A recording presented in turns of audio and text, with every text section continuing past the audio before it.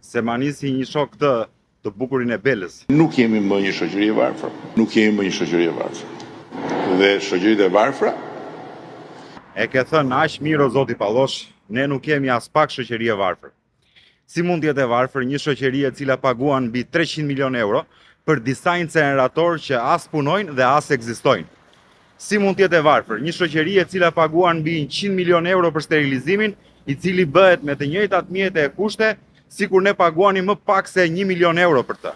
Si mund të jetë e varfër një shoqëri që paguan kilometrin e rrugës nga 20 deri në 40 milion euro pa ju dridhur qerpiku, dhe ajo rrugë shembet sa po bie një shi, apo bëhet me gropa sa po kalon një kamion mbi peshë? Si mund të jetë e varfër një shoqëri që i ka bler me lekët e saj vila e jahte gjithë klasës politike, kalamajve të tyre dhe fis e farefis?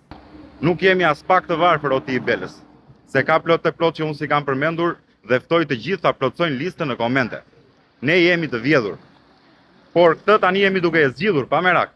Po vjen dita e hesapit me Hanxhiun, që ju ngopi e që ju dëndi për 35 vite me radhë.